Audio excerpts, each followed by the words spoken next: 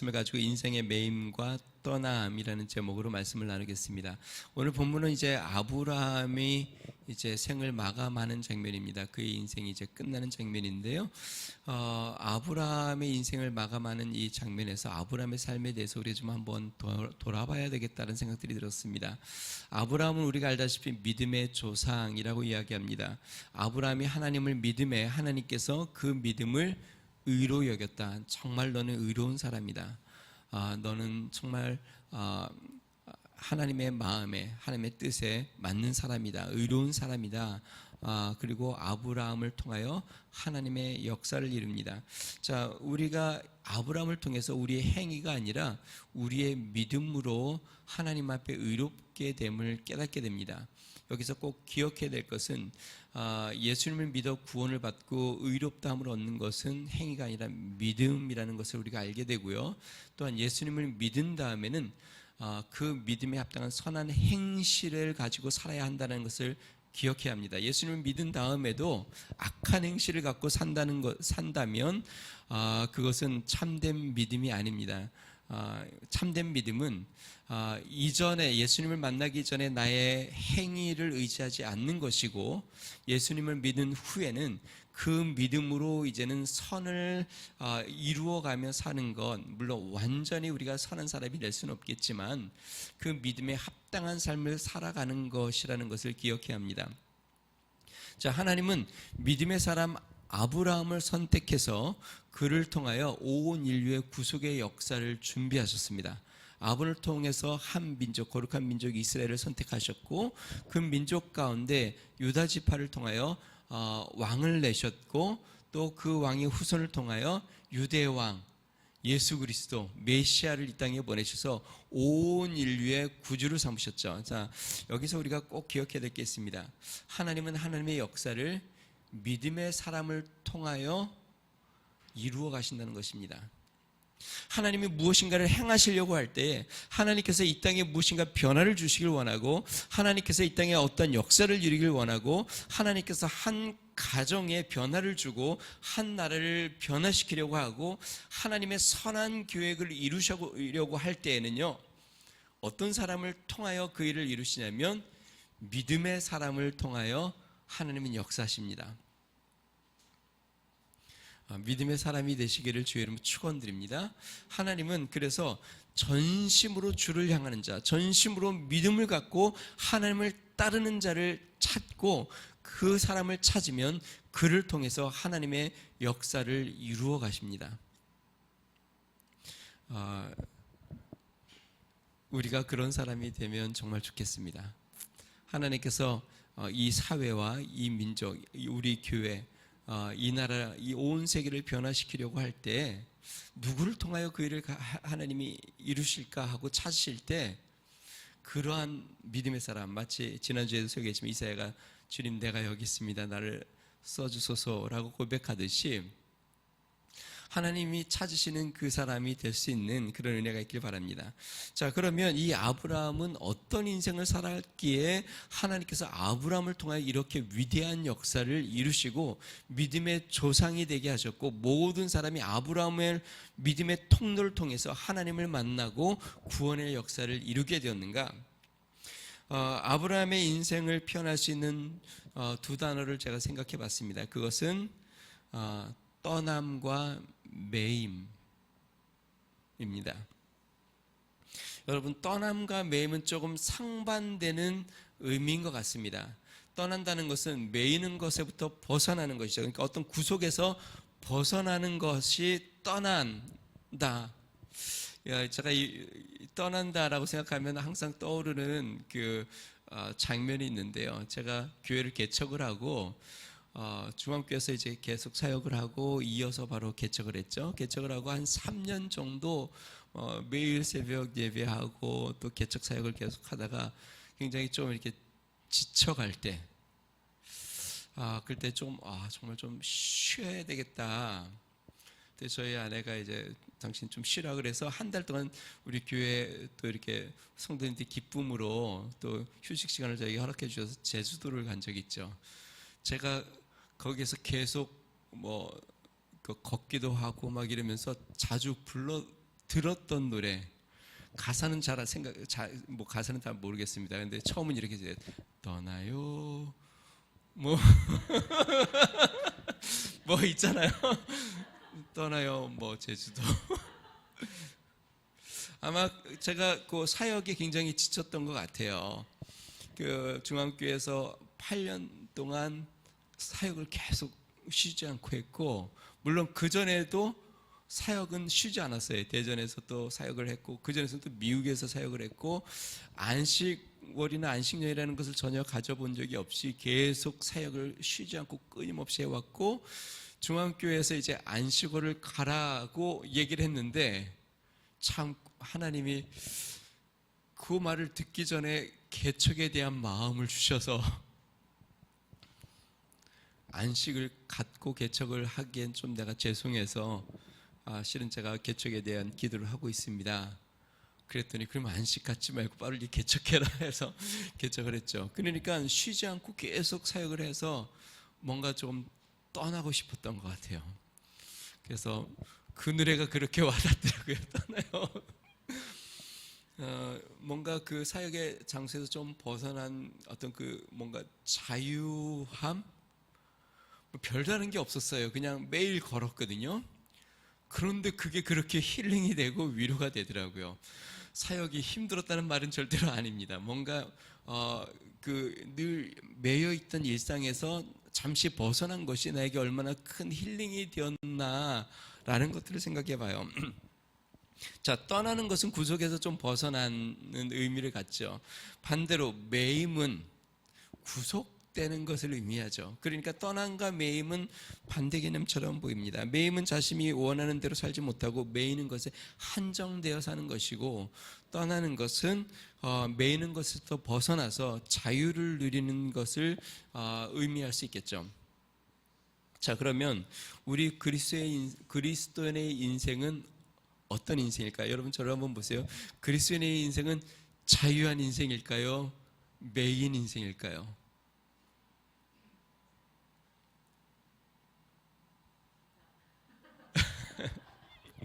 자, 아브라함의 인생을 보면서 우리 그리스도인은 정말 자유한 인생이어야 되는가? 그러니까 막 떠나고 싶으면 마음대로 막 떠나고 집도 떠나고 직장도 떠나고 모든 것을 다 떠나보내는 이렇게 자유로운 인생인가, 아니면 매여 사는 인생인가? 두 가지를 살펴보겠습니다. 첫 번째는요, 그리스도인의 삶은 떠남으로 시작됩니다. 여러분, 성경에 아브라함의 등장, 아브라함이 창세기 12장에 등장을 합니다. 근데 어떻게 등장하시는 줄 아세요? 하나님이 아브라함에게 나타나서 이렇게 이야기합니다. 창세기 12장 1절에 보니까요, 여호와께서 아브라함에게 이르시되 너는 너의 고향 친척 아버지의 집을 떠나 내가 내게 보여줄 땅으로 가라. 아브라함의 믿음의 여정의 시작은 어디부터 시작이 되냐면 떠나는 것부터 시작이 됩니다. 하나님을 만나면서부터 떠나기 시작합니다. 그게 그리스도인의 삶의 시작입니다. 하나님은 아브라함을 통해서 그를 하나님이 원하시는 곳으로 보내시고, 그를 통해서 하나님의 역사를 이루시고자 하는 계획을 갖고 계셨고, 그 계획을 이루시기 위해서 떠나는 것부터 시작해야 했습니다. 여러분, 예수님께서 제자들을 부르실 때에 대부분의 많은 제자들이 그물을 던지면서 고기를 잡는 어부들이었습니다. 그때 예수님이 그들을 보고, 또 어떤 자는 세리였기도 했고요. 그러니까 그들을 보고 뭐라고 말씀하셨냐면 너는 나를 따르라. 그때에 성경에 보니까 뭐라고 되어 있냐면 제자들이 배와 그물을 버려두고 예수님을 쫓았다. 다시 이야기하면 예수님의 제자가 되는 시발점, 예수님을 따르는 삶의 시발점은 떠나는 것부터 시작이 되었다는 것입니다. 모든 성경의 인물들을 보면, 성경의 모든 과정들을 보면 나중에 이제 우리가 좀 더 볼 겁니다. 요셉을 하나님이 쓰시려고 할 때에 형들이 그를 팔아 넘기는 장면이 또 나옵니다. 모세를 하나님이 쓰려고 할 때에 애굽의 왕자였는데 광야로 떠나는 장면이 나옵니다. 성경에 하나님을 믿고 따르기를 시작할 때에 가장 먼저 나오는 것은 떠남으로부터 시작이 된다는 것을 성경을 통해서 보게 됩니다. 한 번은 예수님께서 부자가 천국에 들어갈 수 없다고 말씀하시자 힘들다, 없는 게 아니라 낙타가 바늘귀로 들어가는 것만큼 힘들다고 얘기할 때에 쟤들이 깜짝 놀죠. 베드로가 예수님께 이렇게 묻습니다. 마태복음 19장 27절에 베드로가 대답하여 이르되 보소서 우리가 모든 것을 버리고 주를 따라싸운데 그런즉 우리가 무엇을 얻으리까? 다시 이야기하면 우리는 모든 걸 버렸습니다. 그리고 주님을 따랐습니다. 그래서 주님의 제자가 됐다는 것이죠. 떠난다는 것은 내려놓는 것, 버림, 내려놓음.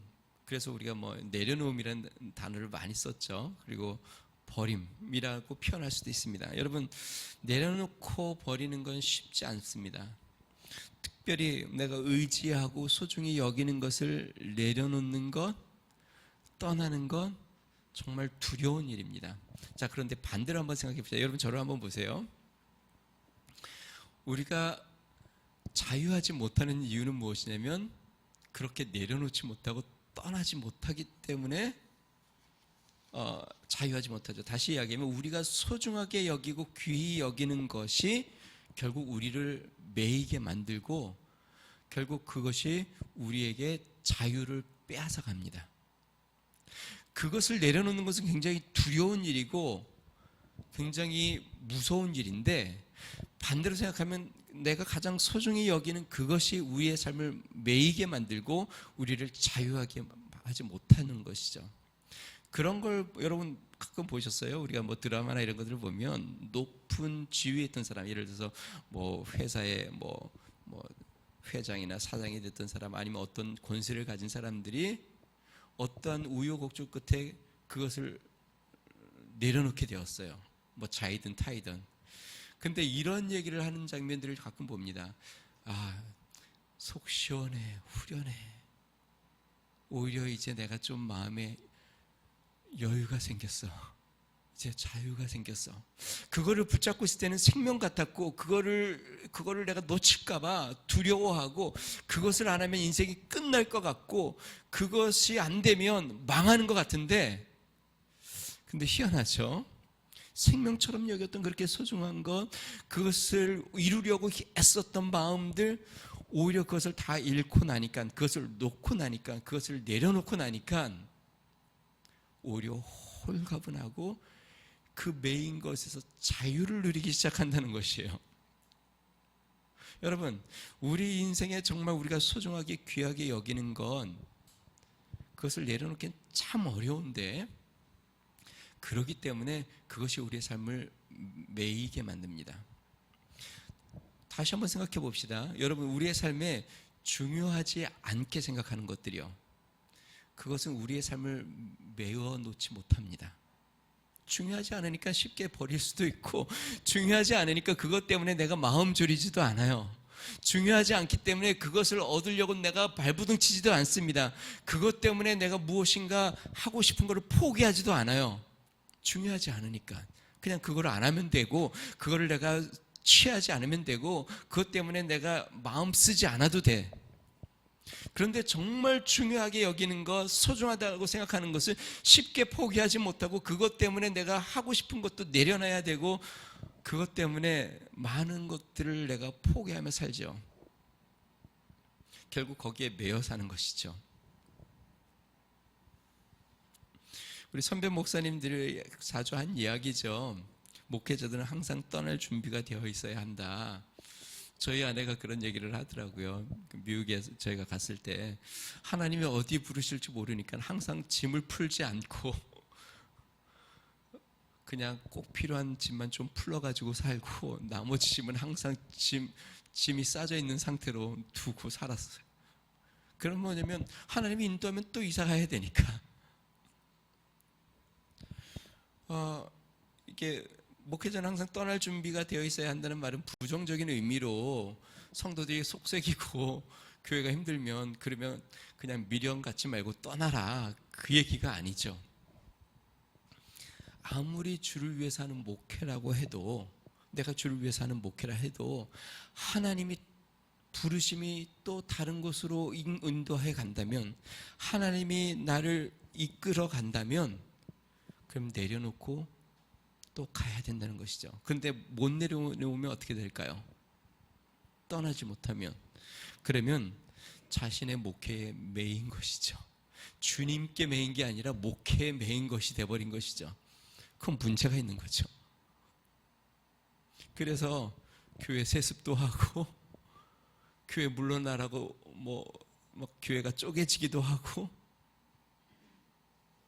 목회자만 그럴까요?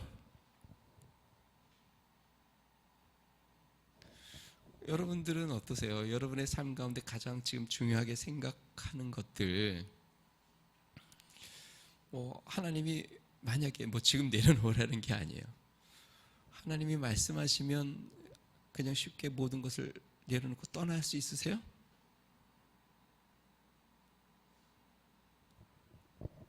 만약에 떠나지 못한다고 한다면 우리가 믿음의 여정을 주님과 함께 하기가 어려운 것이죠. 성경에 보여주는 세상적인 매임은 몇 가지 있는데요. 제가 얘기해 볼게요. 첫 번째는 물질입니다. 주님이 물질과 주님을 겸하여 섬길 수 없다고 이야기했으니까, 물질의 재물에 매이면 주님과 동행할 수 없는 것이죠. 제가 자주 예를 드는데요. 물질에 매인 그 인물 중에 그냥 한 명만, 아나니아와 삽비라 부부를 한번 생각해 볼게요. 아나니아와 삽비라 부부가 다른 성도들이 재물을 팔아 교회에 바치는 것을 보고 자기네들도 재물을 팔았습니다. 그리고 주님께 드리려고 했는데 다를 안 드리고 일부를 감추고 일부만을 드렸습니다. 그리고 베드로가 묻죠. 이게 전부냐? 그렇습니다. 그러더니 두 부부가 죽게 되죠.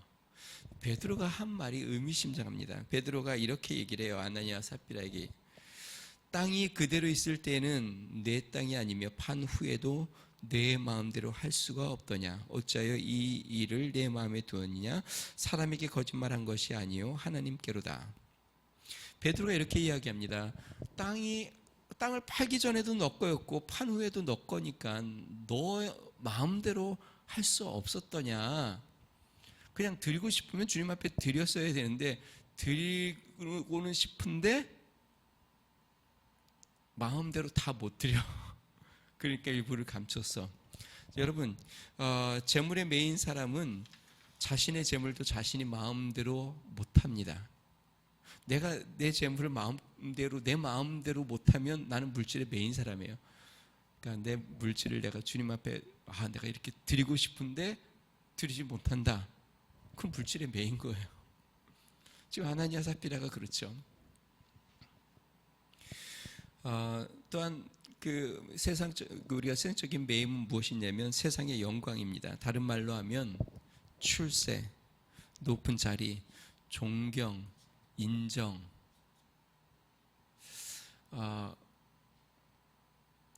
우리는 다 인정받고 싶고 존경받고 싶어 합니다. 이것은 높은 지위에 있는 사람뿐만 아니라 그렇지 않은 사람들도 그렇습니다. 그래서 오히려 우리가 생각하기에 저 사람은 아무 지위도 없는 사람 같은데, 그 사람들도 자존심이 있어 이렇게 안 좋은 일을 당하거나 아니면 무시를 하면 화를 내는 이유가, 나름대로 본인들도 인정받고 싶고 존경받고 싶고 그런 마음들이 누구에게나 다 있는 것이죠.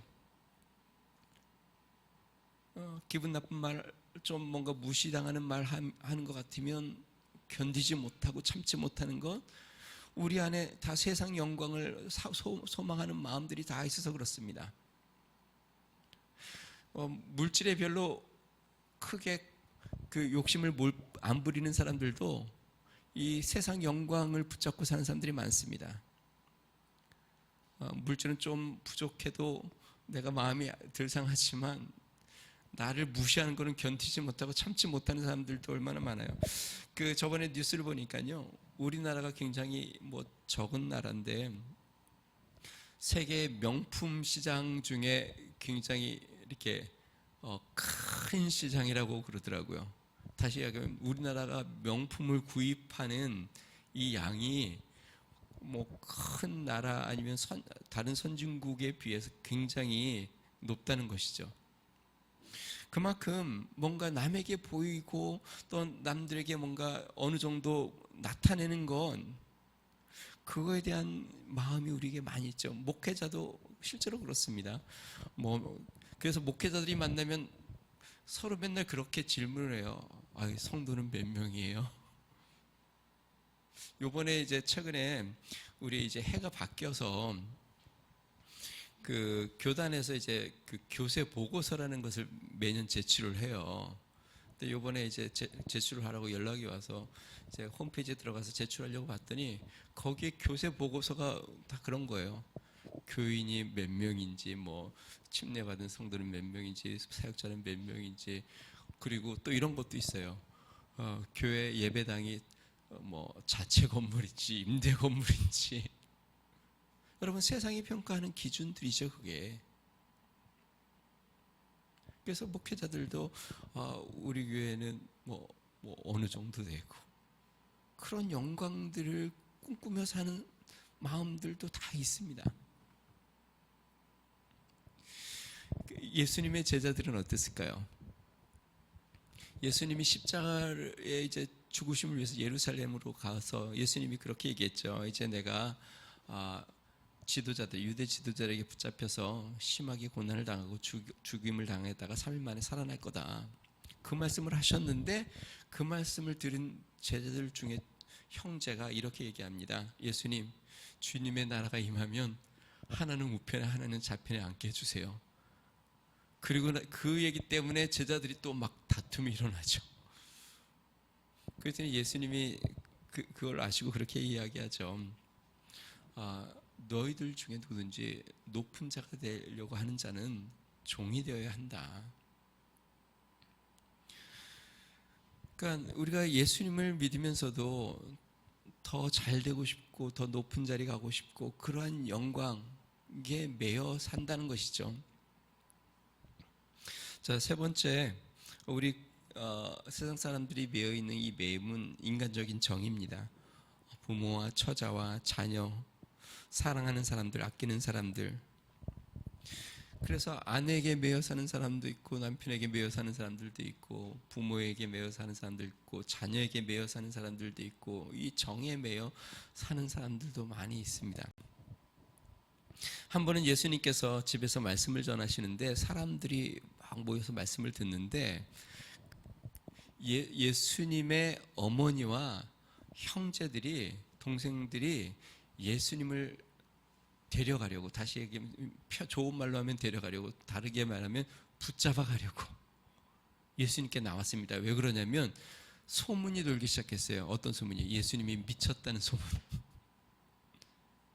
예수님이 미쳤다는 소문이 드니까 예수님을 데리고 가려고 뭐 그러겠죠. 당연히 자녀가 나가서 뭐 이제 집을 떠나서 방랑생활을 하는 것처럼 하는데 막 사람들 입에 오르락내리락하고 뭐 어떤 사람은 미쳤다고도 하고 귀신 들렸다고도 하고 막 이러니까 어떻게든 아들을 그리고 형을 뭐 데리고 집에 가려고 찾아왔죠. 그때 사람들이 예수님, 당신의 부모님과 동생들이 찾아왔습니다. 제가 성경을 읽어볼게요. 마가복음 3장 31절에서부터는요. 그때 예수의 어머니와 동생들이 와서 밖에 서서 사람들을 보내어 예수를 부르니 무리가 예수를 둘러 앉았다가 여짜오되 보소서 당신의 어머니와 동생들과 누이들이 밖에서 찾나이다. 대답하시되 누가 내 어머니이며 동생들이냐 하시고 둘러앉은 자들을 보시며 이르시되 내 어머니와 내 동생들을 보라. 누구든지 하나님의 뜻대로 행하는 자가 내 형제요 자매요 어머니이니라. 자, 그러면 예수님이 예수님의 모친과 동생들을 사랑하지 않았을까요? 내팽개치고 살았을까요? 그렇지 않다는 것을 우리는 너무나 잘 압니다. 예수님이 십자가에 달려서 마지막 운명하시기 전에 사랑하는 제자 요한에게 예수님의 어머님을 부탁하는 장면들을 통해서 예수님 마음속에 그 모친과 동생들을 사랑하는 마음 그리고 돌보는 마음들이 있었다는 것을 알게 됩니다. 이것은 무엇을 의미할까요? 매이지 않는다는 것이죠.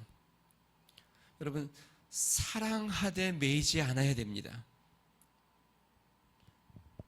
우리의 부모님들, 우리의 배우자, 우리의 자녀들, 우리의 이웃들, 우리의 성도들 사랑하여서 매이면 안 되고 사랑하지만 매이지 말아야 합니다.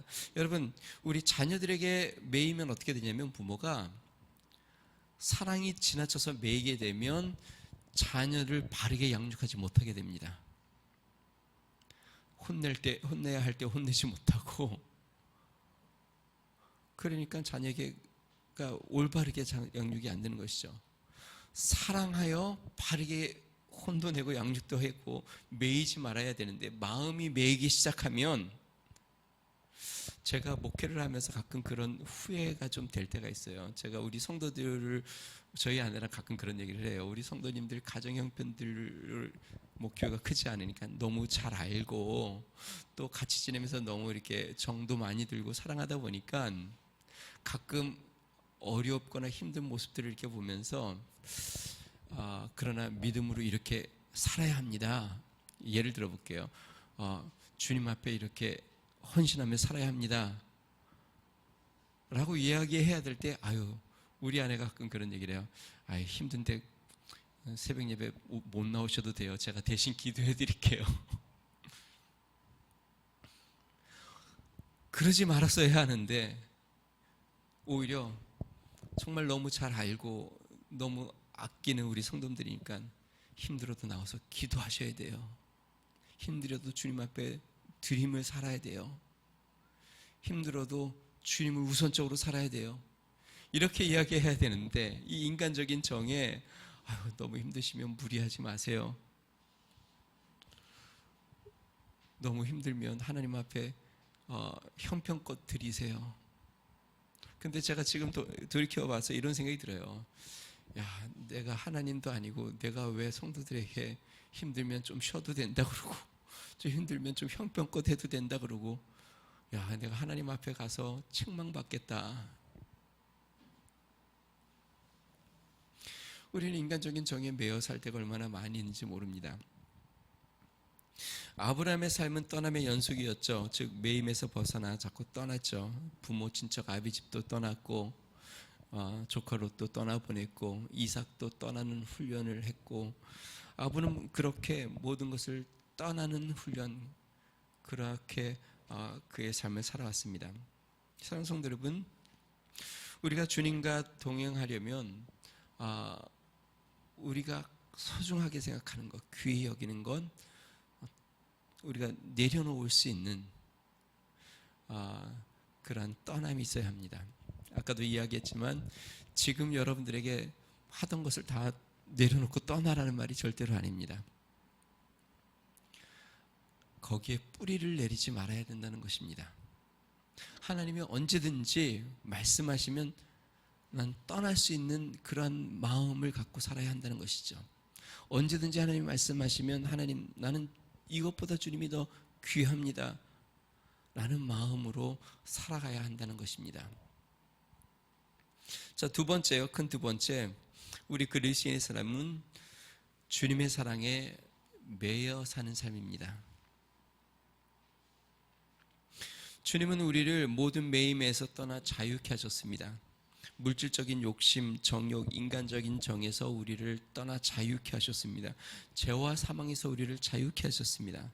자, 그러면 더 이상 우리의 삶을 통제하는 것은 없을까요? 우리 그리스도는 이제 마음껏 자유롭게 그냥 언제든지 막 이렇게 떠나면서 살아야 될까요? 사도 바울이 우리 그리스도인의 자유에 대해서 이렇게 이야기했습니다. 갈라디아서 5장 13절, 형제들아 너희가 자유를 위하여 부르심을 입었으나, 그러니까 하나님이 우리를 자유케 하려고 우리를 부르셨다는 거죠. 자유를 위하여 부르심을 입었으나, 그러나 이렇게 이야기합니다. 그 자유로 육체의 기회를 삼지 말고 오직 사랑으로 서로 종노릇하라. 이제 자유자가 됐으니까, 예를 들어서 이런 겁니다. 나는 이제 그리스도인 안에서 자유합니다. 율법에서 벗어났어요. 율법에서 벗어났으니까 율법에 정해놓은 것처럼 뭘 먹고 안 먹고가 나한테 죄가 되지 않아요. 옛날 율법처럼 뭐 얼만큼 이상 안식일에 일하면 죄가 되고 안 되고 그것도 아니에요. 그래서 저 어렸을 때 주일학교 다닐 때는요, 엄한 목사님 밑에서 제가 그 신앙생활 했는데, 이 목사님은 주일에 물건 사고 팔고도 못 하겠어요. 여러분 어릴 때도 많이 다 그랬잖아요. 근데 지금은요, 주일날 물건 사고 팔고 뭐 하지 말라고 설교 들어보셨어요? 그런 얘기도 거의 요새는 없죠. 그러니까 율법에서 굉장히 자유한 삶으로 우리가 변화되었어요. 저는 실제로 그래요. 뭐 우리 그리스도인이 술을 먹고 안 먹고 뭐 그것이 죄라고 나는 생각지는 않아요. 자, 근데 지금 사도 바울이 말하는 게 무엇일까요? 자유로 육체의 기회를 삼지 말아라. 그러니까 그 자유로 육체의 쾌락을 누리거나 육체의 욕망을 추구하거나 그 기회로 삼으면 그것은 잘못된 것이다 라고 지금 이야기하는 것이에요. 저는 주일 개념도 마찬가지라고 생각해요. 꼭 일요일, 주일날 예배만 드려야 된다고 나는 생각지는 않아요. 왜? 모든 날이 주일이에요. 월요일도 주일이고 화요일도 주일이고 다 주님의 날이에요. 자, 그러면 이렇게 생각할 수 있잖아요. 굳이 그러면 꼭 월요일날 주일날 예배 드릴 필요 있느냐? 나는 월요일날 예배 드리겠습니다. 정말 주를 위해서 그러는 것인가가 중요한 거예요. 스스로 우리가 주일을 정하고 주님이 그 날을 안식 후 첫날로 정하셔서 부활하신 것을 우리가 기념하여 정해서 예배드리듯이 이렇게 정해서 하는 것이에요.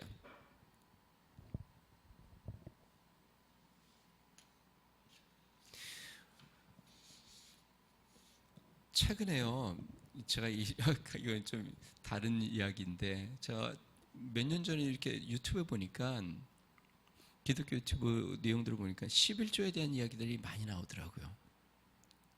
11조는 율법이다. 더 이상 할 필요가 없다. 근데 참 저는 그걸 보면서 참 이게 도대체 왜 이런 생각을 하는 걸까? 정말 주를 위해서 이런 이야기를 하는 걸까?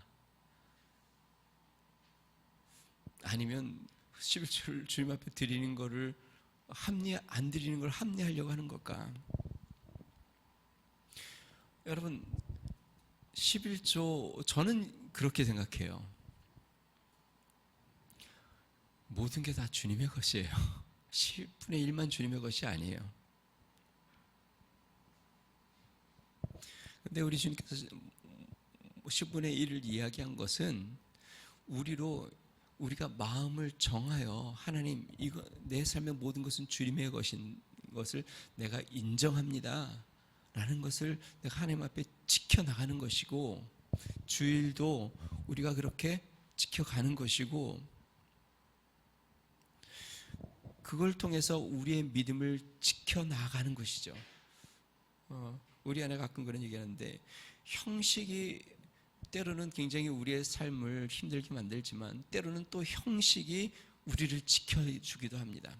뭔가 우리가 딱 마음을 정하는 것, 이것이 굉장히 중요한 것이죠. 아브라함은 부모 친척을 떠나고 이렇게 뭐 조카도 이삭도 떠나보냈는데요. 그러면 아브라함을 주장하는 것은 무엇이었을까요? 아브라함은 왜 이렇게 자꾸 떠나는 삶을 살았을까요? 우리가 앞부분에 나왔습니다. 하나님께서 아브라함에게 너의 본토 친척 아비 집을 떠나 내가 지시할 땅으로 가라라고 할 때에 12장에 보니까요, 성경에 뭐라고 되어 있냐면 아브라함이 여호와의 말씀을 따라 나아갔다. 다시 이야기하면 아브라함의 삶은 인간적으로 모든 매임에서 떠났는데 주님의 말씀에 매여 살았습니다. 주님의 말씀을 따라 살았다는 것이죠. 세상의 매임에서 자유하고 주님의 매임 안으로 들어간 것입니다. 그런데 이 매임은 세상적인 두려움이나 욕망의 매임이 아니라 자발적인 매임이에요. 주님의 말씀에 자발적으로 순종하여 자신을 드리고 헌신한 것이죠. 이삭을 바치라고 할 때에 두려워서 한 게 아니라 자발적으로 그 말씀에 순종하여 그 아들을 내어 맡긴 것이죠. 사도 바울도 예수님처럼 사람들이 미쳤다, 야 너가 학식이 많아, 미쳤구나, 너가 많은 학식도 있고 높은 권세도 있고 로마의 시민권도 있고 유대 순수 혈통도 가졌는데 너가 그렇게 맨날 복음을 전하면서 떠들이 생활하고 돌로 맞으면서 야 너가 너무 많이 학식을 가져서 미친 거 아니냐. 근데 사도 바울이 그렇게 이야기하죠. 고린도후서 5장 13, 14절. 우리가 만일 미쳤어도 하나님을 위한 것이요 만일 정신이 온전하여도 너희를 위한 것이니. 그 다음에 이렇게 이야기합니다. 사도 바울이 왜 그런 삶을 사는지. 그리스도의 사랑이 우리를 강권하시는도다. 다시 얘기하면 그리스도의 사랑 때문에 내가 이런 삶을 산다. 다시 이야기하면 그리스도의 사랑에 매여 있다. 나는 그 사랑에 매여 그리스도의 사랑에 종이 되었다. 그래서 바울은 스스로 그리스도의 종이 됐습니다. 주님, 나는 당신의 종입니다. 당신은 나의 주인입니다. 나는 그 큰 은혜의 사랑을 받았기에 나는 당신의 종입니다. 출애굽기에 보면은요, 출애굽기에 종에 대한 많은 율법 중 이렇게 율법의 내용들이 쭉 나오는데요. 종에 대한 율법이 나옵니다. 하나님이 이렇게 얘기하셨어요. 만약에 히브리인이 히브리인을 종으로 삼게 되면, 자, 종이 되는 과정은 어떠냐면요. 히브리는 다 같은 백성인데 가난해졌어요. 그래서 뭐 땅을 팔고 뭐 재산을 팔아 뭐 살다가 이제 더 이상 뭐 먹고 살 일이 없어서 자신의 몸을 파는 거예요. 그러니까 종이 되는 거죠. 예를 들어서 뭐 유현상 집사님이 잘 사는 히브리인인데 내가 정말 먹고 살 게 없어요. 이러다가 내가 죽을 것 같아요. 땅도 벌써 다 팔았어요. 그럼 어떻게 하냐면 유현상 집사님에게 내가 당신에게 종이 될게요. 그러면 종이 되는 거예요. 그 종값을 받는 거죠. 자, 이렇게 종이 되면 성경의 율법에 어떻게 되냐면 6년 동안 그 주인을 위해서 열심히 일합니다. 그 다음에 7년이 되면 어떻게 되냐면 히브리인 종은 자유를 줘야 돼요. 그게 율법입니다. 자, 그런데 이 히브리인 종이 되었는데 유현상 집사님 그 집에서 내가 종으로 열심히 살다가 결혼을 했어요. 내가 다른 히브리 여인을 만나서 결혼을 해서 그 여인이 아이를 낳으면 제가 7년이 되는 해에 이 여인과 아이랑 같이 떠날 수 있어요. 그런데 만약에 내가 여인이랑 결혼할 돈이 없어요. 재정이 안 돼. 그래서 종살이를 하고 있는데 유현상 집사님이 저를 보고 너무 안타까워서 그 자기네 집에서 기르는 여종을 저에게, 죄송합니다. 저희 아내가 있는데도 배우자로 줬다고 쳐봅시다. 그래서 결혼해서 자녀를 낳았어요. 그리고 7년이 되면 어떻게 되냐면 나는 자유인으로 7년 채웠으니까 나갈 수 있는데 이 여종과 여종이 낳은 아이는 유현상 집사님 소유로 같이 못 나갑니다. 그게 율법이에요. 그런데 이 율법에 이런 내용이 나옵니다. 이 종이 이 아내와 자녀들을 너무 사랑해서 나는 혼자 나가면 자유인이지만 난 나가서 혼자 이 아내와 아이들을 두고 갈 수 없습니다. 그리고 내가 주인을 내가 존경합니다. 그냥 나 여기 그냥 평생 살겠습니다.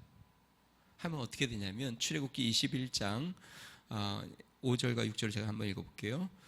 종이 진정으로 말하기를 내가 상전과 내 처자를 사랑하니 나가서 자유하지 않겠노라 하면 상전이 그를 데리고 재판장에게로 갈 것이요 또 그를 문이나 문설주 앞으로 데려가서 그것에다가 송곳으로 그 귀를 뚫을 것이라 그가 영영이 그 상전을 섬기리라. 그렇게 되면 자발적인 종이 되는 것입니다. 영영이.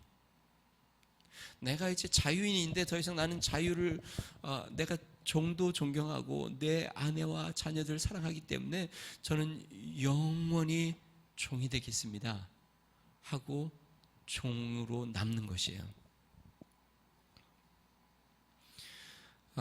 사도 바울이 그랬죠. 사도 바울이 율법에서 자유를 얻었고 그는 자유인인데, 사도 바울이 그렇게 얘기했잖아요. 진리를 할지 진리가 너희를 자유케 하리라. 이게 로마서에 나오는 말씀이에요. 다시 이야기하면 우리는 자유인이 되었다라고 사도 바울은 분명히 이야기합니다. 그런데 이제 나는 그리스도의 종이다라고 계속 늘 언급을 합니다. 자신을 소개할 때마다. 이것은 자발적으로 그리스도의 사랑에 자신이 종이 되기로 결심을 하고 그리스도를 주인으로 받아들인 것이죠. 자, 그러면 주님께 매여 사는 삶은 행복한 삶일까요? 불행한 삶일까요? 매이는 건 굉장히 힘든 일인데, 주님께 매여 사는 삶이 힘든 삶일까요? 아니면 불행한 삶일까요? 행복한 삶일까요? 자, 여쭤볼게요. 우리 박경화 집사님, 유현상 집사님이랑 결혼을 했어요. 유현상 집사님의 아내로 매여 사는 게 행복한 일이에요? 불행한 일이에요? 우리가 한번 연인을 생각해 볼게요. 서로 사랑하지 않으면 매이지 않습니다. 상대방이 의식할 필요가 없어요. 내가 내 돈을 내 맘대로 쓴다는데 그 사람이 나한테 뭐라고. 근데 서로 사랑하면 상대방에게 매이기 시작합니다. 내가 만나고 싶은 여자 마음대로 이제 만나면 안 돼. 내가 어디 이사 가고 싶고 여행 가고 싶다는 마음대로 하면 안 돼. 이제 사랑하는 사람에게 매이기 시작해요. 사랑이 깊어지면 어떻게 할까요? 그럼 결혼을 하죠. 결혼한다는 말은 뭐냐면 이제는 내가 죽고 그 아내랑 한 몸이 된다는 뜻이에요. 성경에 나오잖아요. 결혼은 부부가 서로 부모를 떠나 서로 하나가 되는 말은 뭐냐면 이제는 내 마음대로 살지 못한다는 것이에요. 이제는 매여 산다는 것이에요. 그럼 그게 불행을 위해서 하는 것이에요? 행복을 위해서 하는 것이에요?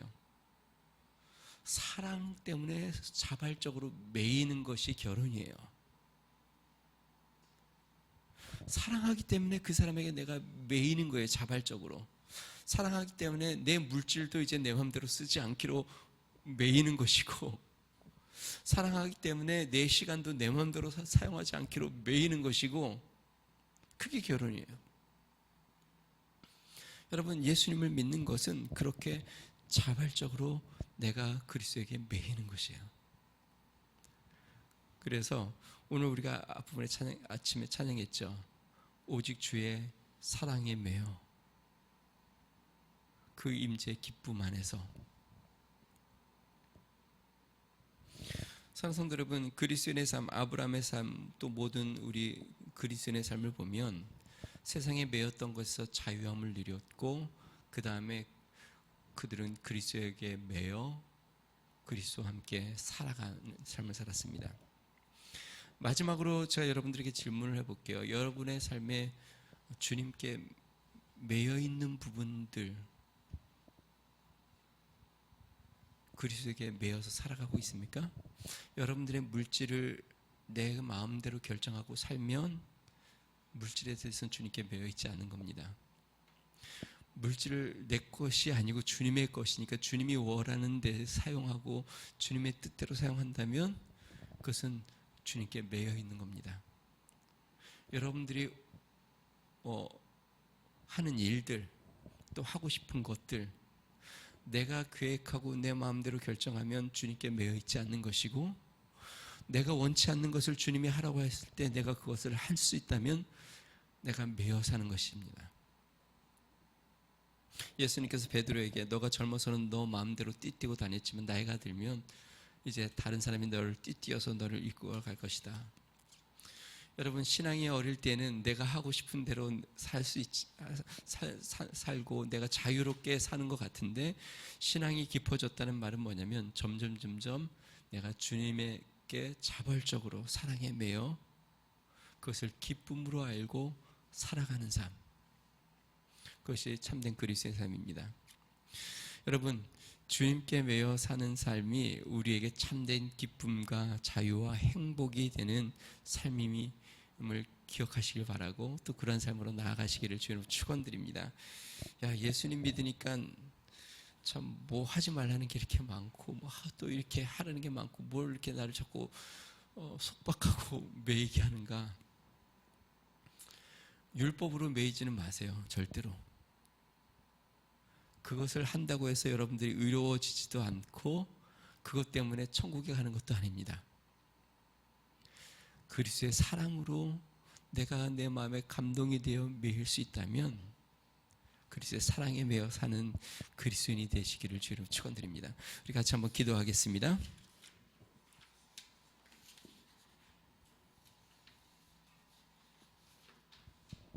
아브라함의 삶을 두 단어로 정리해 봤습니다. 떠남과 매임. 하나님 아님 세상적인 내가 소중히 여기는 것들을 떠날 수 있는 삶, 그리고 주님 안에 내 인생을, 나의 삶을 메어 놓을 수 있는 삶.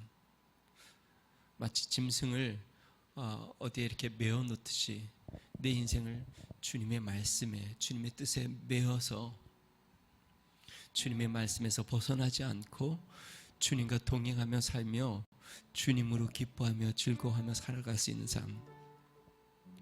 하나님, 내가 주님의 임재, 주님의 말씀에 매여 주님의 뜻에 주님과 동행하며 사는 삶으로 나아가는 그런 믿음의 성숙이 있게 해주십시오. 주님께 매여 사는 것이 나의 인생의 기쁨이요 즐거움이요, 주님을 사랑하여 내가 스스로 자발적으로 종이 되어 주님과 동행하며 사는 믿음의 삶이 될 수 있게 해주십시오.